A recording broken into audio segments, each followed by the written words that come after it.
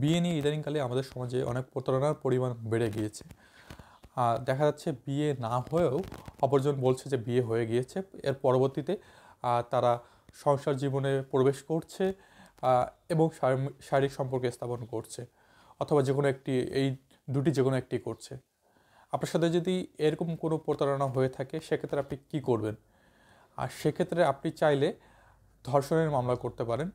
এখন বিয়ে নিয়ে প্রতারণা, অর্থাৎ বিয়ে না হওয়ার পরেও বিয়ে হয়েছে বলে বিশ্বাস করানো, এরপরে শারীরিক সম্পর্ক স্থাপন করা, এটিকে বাংলাদেশের আইন অনুযায়ী এটিকে ধর্ষণ বলে গণ্য করা হয়। সেক্ষেত্রে আপনি ধর্ষণের মামলা করতে পারেন, অথবা আপনি যদি চান সেক্ষেত্রে সেপারেট বিয়ে নিয়ে প্রতারণার অভিযোগে শাস্তির কথা বলা আছে দণ্ডবিধি 496 ধারায়।